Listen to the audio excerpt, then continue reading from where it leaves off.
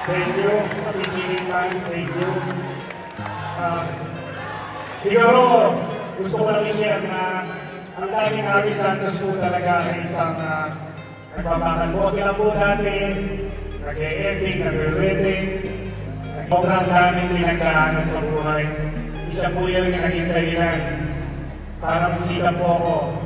Dahil nung time na nabubuhay ko yung halang tatay ko,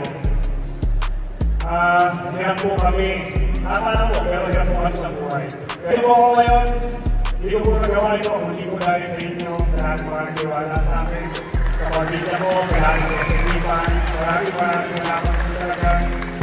Isa lang po masasabi ko, wala po talagang imposible sa mundo. Dahil ako po mismo, na hindi ko po pinangarap na maging magaling na basketballista. Gusto ko lang po na makatulong lang po ako sa pamilya. Hindi ko po ma-explain, pero sobrang alam po